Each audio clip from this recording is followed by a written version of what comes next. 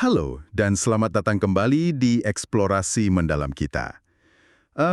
Kalau Anda mendengarkan ini, kami tahu Anda adalah tipe pembelajar yang selalu haus akan wawasan baru. Anda ingin memahami bagaimana dunia di sekitar Anda benar-benar bekerja, tapi di saat yang sama, waktu Anda sangat berharga. Anda butuh informasi yang efisien, komprehensif, dan tentu saja bisa langsung mengubah cara Anda melihat pekerjaan sehari-hari. Nah, hari ini kita akan membedah sebuah topik yang, kalau didengar sekilas, mungkin terasa kayak materi kuliah yang berat, yaitu penelitian evaluasi. Tapi tunggu dulu, jangan buru-buru mematikan pemutarnya. Ini bukan tentang teori di Menara Gading. Ini tentang sesuatu yang mempengaruhi hampir setiap aspek kehidupan profesional Anda. Betul sekali. Misi kita hari ini sangat jelas.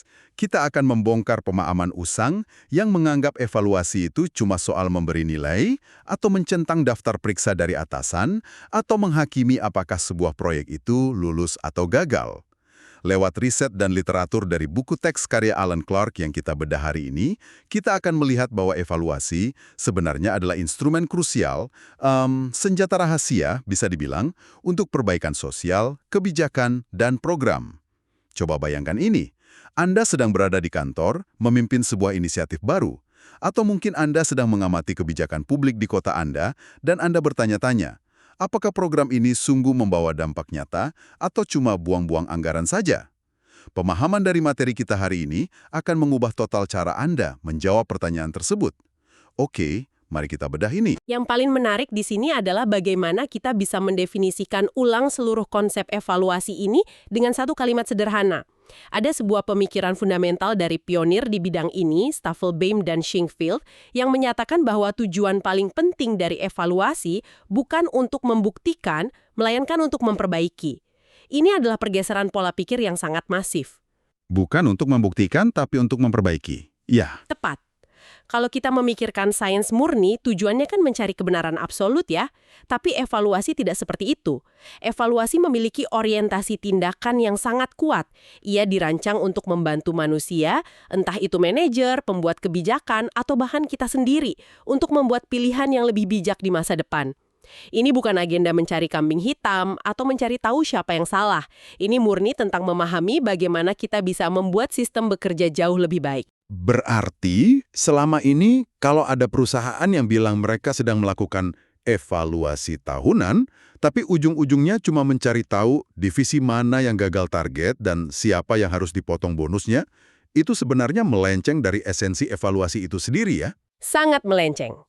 Dan sayangnya itu adalah kesalahpahaman yang paling umum terjadi di dunia profesional kita. Banyak organisasi menyamakan inspeksi, audit, atau pemantauan rutin dengan evaluasi formal.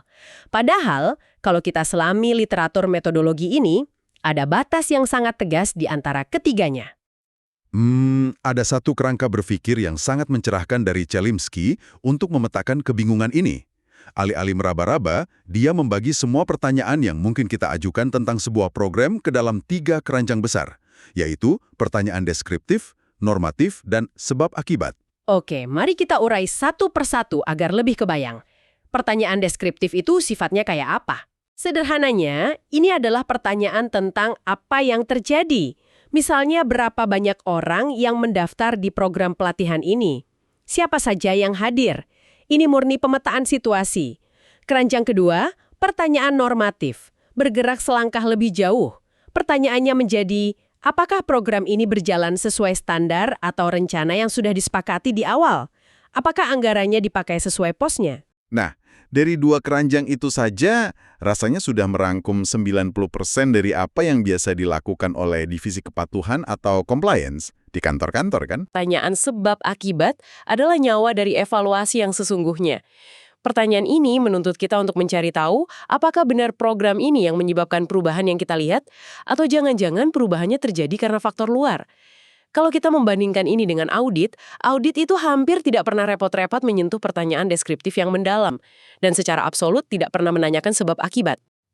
Jadi mereka cuma fokus di tengah. Iya, audit hanya peduli pada keranjang normatif. Apakah standar terpenuhi, apakah nota keulangannya cocok. Selesai. Kalau boleh saya pakai analogi nih, audit itu rasanya seperti memeriksa apakah si koki mengikuti resep kuenya dengan benar, gram demi gram. Mereka mencentang daftar bahan. Tapi mereka sama sekali tidak peduli apakah rasa kuenya pada akhirnya enak atau malah bikin pelanggan masuk rumah sakit. Ya, kayak istilah monitoring dan evaluasi, padahal esensinya berbeda. Monitoring itu pengawasan berkelanjutan terhadap proses. Sifatnya pada dasarnya bebas nilai. Dia sekedar mengumpulkan data rutin tanpa pernah berhenti untuk bertanya, tunggu dulu, apakah prosedur dasar dari program ini sebenarnya masuk akal? Berarti tidak ada Ada kritik mendalam. di sana. Tepat. Sebaliknya, evaluasi adalah aktivitas yang syarat akan nilai. Evaluasi mempertanyakan kelayakan pokok dari sesuatu. Ia tidak cuma merekam apa yang terjadi, tapi berani menggugat mengapa itu terjadi dan apakah semua usaha ini sepadan. Coba Anda yang senang mendengarkan ini, ingat-ingat lagi. Kapan terakhir kali institusi Anda melakukan apa yang mereka beri label evaluasi, padahal mereka sama sekali tidak menyentuh pertanyaan mengapa sebuah inisiatif gagal? Mereka sekadar menatap dashboard angka, memastikan semua orang patuh pada prosedur, lalu menutup buku. Disinilah bagian yang sangat menarik.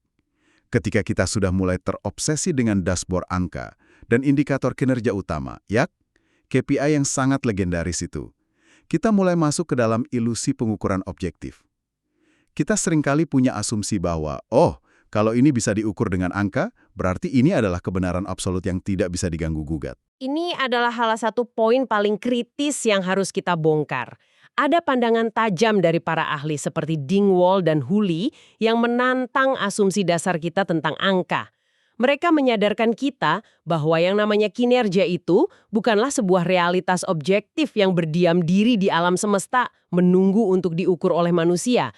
Sebaliknya, kinerja adalah sebuah konsep yang dikonstruksi secara sosial. Indikator kuantitatif, KPI, metrik, semua itu tidak turun dari langit.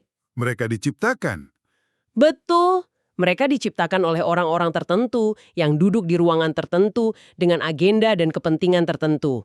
Indikator itu tidak pernah 100% netral. Saya harus mengakui, ada satu contoh di dalam literatur riset ini yang bikin saya takjub sekaligus agak merinding.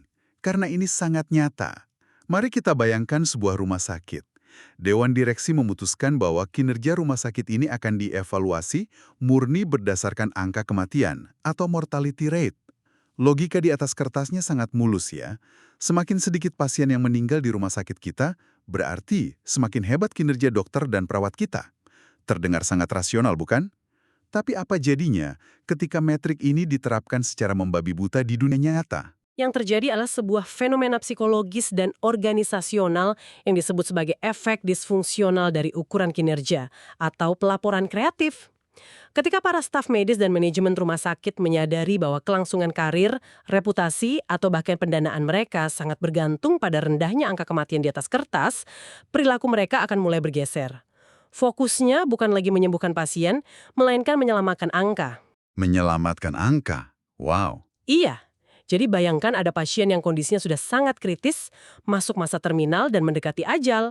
Alih-alih memerlukan perawatan paliatif yang tenang hingga akhir hayat di rumah sakit tersebut, staf mungkin akan mencari 1001 cara agar pasien ini didaftarkan meninggal di tempat lain. Maksudnya, mereka akan sengaja mempercepat pemulangan pasien yang sedang sekarat atau memindahkannya ke fasilitas lain secara tiba-tiba? Sayangnya ya, praktik seperti itu bisa terjadi. Memindahkan pasien ke fasilitas perawatan lain atau memulangkannya dengan alasan tertentu semata-mata agar ketika pasien tersebut menghembuskan napas terakhir, kematiannya tidak masuk ke dalam buku catatan statistik rumah sakit mereka. Metriknya tetap terlihat sempurna di mata auditor, tapi realitas perawatannya justru sangat kejam dan manipulatif. Itu benar-benar menohok. Ini bukti nyata bahwa metrik yang diklaim objektif justru bisa menghancurkan tujuan utama institusi itu didirikan. Angka itu bukan sekedar cermin yang memantulkan realitas. Angka itu secara aktif membentuk perilaku manusia. Jadi, kalau kita merancang evaluasi yang buruk, atau terlalu mendewakan satu indikator tunggal, kita sebenarnya sedang memasang bom waktu. Sangat setuju. Nah, pemahaman tentang betapa rumitnya menilai sebuah keberhasilan ini akhirnya membawa metodologi evaluasi itu sendiri berevolusi. Dulu, rasanya kita cuma diajarkan dua kutub ekstrim ya, evaluasi formatif dan evaluasi sumatif. Tokoh klasik bernama Scriven mempopulerkan ini. Evaluasi formatif itu ibaratnya kita mencicipi masakan saat masih di atas kompor. Kita beri umpan balik supaya bisa ditambah garam atau gula sebelum disajikan. Sedangkan evaluasi sumatif itu penilaian di akhir. Ketika makanannya sudah dihidangkan, lalu kritikus makanan datang dan memberi vonis. Hidangan ini sukses atau gagal total. Klasifikasi dari Scriven itu memang brilian pada masanya dan masih dipakai sampai detik ini. Namun, seiring dengan semakin kompleksnya program-program modern, batasan biner antara di tengah jalan dan di akhir mulai dirasa terlalu sempit. Dari sinilah muncul kerangka konseptual yang lebih komprehensif, salah satunya tipologi Chen. Dia tidak mau hanya membagi evaluasi menjadi 2, melainkan memecahnya ke dalam 4 kuadran yang melihat pada fungsi evaluasi dan tahapan program secara lebih rinci. Keempat kuadran itu adalah proses improvement, outcome improvement, proses assessment, dan outcome assessment. Tunggu. 4 kuadran ini terdengar agak teknis nih. Jadi, alih-alih cuma bertanya apakah program ini berhasil atau tidak, kita membelahnya menjadi fokus pada proses yang sedang berjalan versus hasil akhir, dan niat untuk memperbaiki versus sekedar menilai. Coba kita bumikan konsep ini. Bisa beri gambaran nyata bagaimana keempat kuadran ini beroperasi di lapangan? Tentu. Mari kita ambil contoh kasus yang sangat bagus mengenai program keluarga berencana atau KB di sebuah negara berkembang. Katakanlah tim evaluator sedang melakukan apa yang Chen sebut sebagai proses improvement evaluation, yaitu evaluasi yang fokus mencari celah perbaikan pada proses operasional. Mereka turun ke lapangan dan menemukan satu fakta krusial.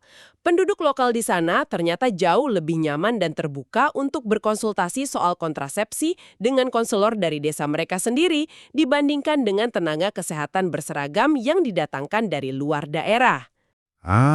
Jadi ini penemuan operasional ya, bukan sekedar data tentang berapa jumlah alat kontrasepsi yang dibagikan. Lalu apa yang membedakan temuan ini dalam dunia evaluasi? Hari itu juga, manajemen program membaca laporan evaluasi, lalu langsung mengubah kebijakan dengan merekrut dan melatih warga desa setempat menjadi konselor. Langsung dieksekusi ya? Betul. Di sisi lain, penggunaan secara konseptual berarti temuan ini mengubah cara kita berpikir secara fundamental. Fakta bahwa pendekatan kultural lokal jauh lebih efektif daripada intervensi orang luar akan menjadi pilar teori baru. Teori ini nantinya akan memandu desain program kesehatan apapun, entah itu soal gizi, sanitasi, atau vaksinasi, di wilayah tersebut selama dekade-dekade mendatang. Itu luar biasa. Satu temuan spesifik dari evaluasi bisa memperbaiki layanan hari ini secara praktis, tapi di saat yang sama menjadi fondasi teori untuk kebijakan 10 tahun ke depan. Tapi kalau dipikir-pikir, mengubah sebuah program berdasarkan hasil evaluasi itu tidak pernah sepi dari drama kan? Saat hasil evaluasi dipresentasikan di ruang rapat, saya sering melihat suasananya berubah dari diskusi profesional menjadi semacam medan pertempuran tak terlihat. Semuanya tiba-tiba punya kepentingan. Jika kita hubungkan ini dengan gambaran besarnya, ini adalah realitas yang tidak bisa dihindari. Pakar evaluasi seperti Rossi dan Freeman dengan sangat tegas mengingatkan kita, penelitian evaluasi itu tidak pernah sekedar penerapan metode ilmu sosial yang steril. Evaluasi pada intinya adalah aktivitas politik dan manajerial. Ia tidak pernah beroperasi dalam ruang hampa yang suci dari konflik. Pasti ada benturan. Pasti. Evaluasi selalu berada di pusaran politik kepentingan. Dan disinilah kita harus benar-benar memahami peran dari para stakeholders atau pemangku kepentingan. Mari kita petakan siapa saja sebenarnya aktor-aktor di balik layar ini. Dalam satu program sosial saja, kita punya penyandang dana atau sponsor. Lalu ada dewan direksi atau manajer tingkat atas. Ada staf lapangan yang berkeringat menjalankan program tiap hari. Pengguna layanan, dan kadang masyarakat luas. Masalah utamanya adalah definisi sukses bagi masing-masing kelompok ini bisa saling bertolak belakang loh. Tepat, sangat bisa bertolak belakang. Bagi si pendana, program dianggap sukses kalau anggarannya terserap efisien tanpa pemborosan. Bagi staf di lapangan, sukses berarti beban kerjanya manusiawi dan prosedurnya tidak berbelit-belit. Sementara bagi warga pengguna layanan, sukses adalah urusan mereka cepat selesai dengan kualitas pelayanan terbaik. Jadi, saat evaluator datang, standar siapa yang harus mereka pakai? Pertanyaan yang sangat krusial. Jawabannya adalah, jika kita ingin evaluasi yang bermakna, kita tidak bisa hanya memilih satu standar. Disinilah pendekatan evaluasi pluralistik seperti yang dipelajari oleh Smith dan Chantley menjadi relevan. Mereka meneliti sebuah panti jompo psikiatrik, fasilitas untuk lansia dengan masalah kesehatan mental. Mereka menemukan bahwa mustahil mengukur keberhasilan fasilitas semacam itu dengan satu metrik tunggal.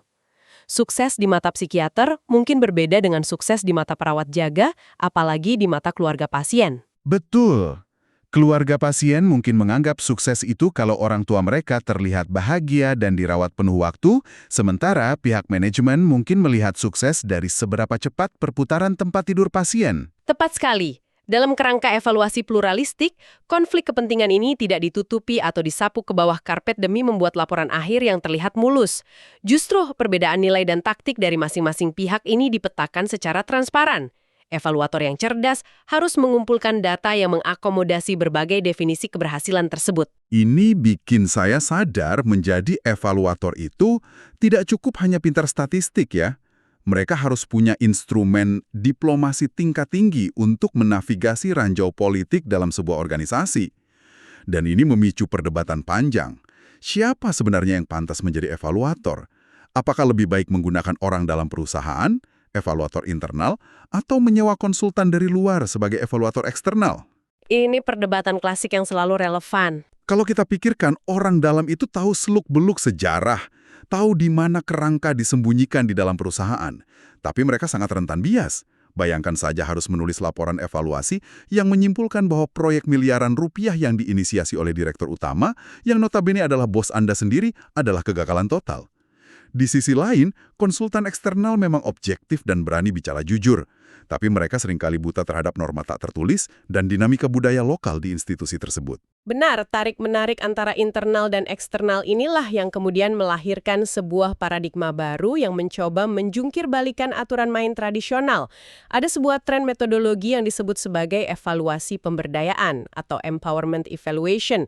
Tokoh utamanya, Fetterman, berpendapat bahwa evaluator seharusnya tidak lagi bertindak seperti dewa atau hakim eksternal yang turun gunung hanya untuk membagikan rapor.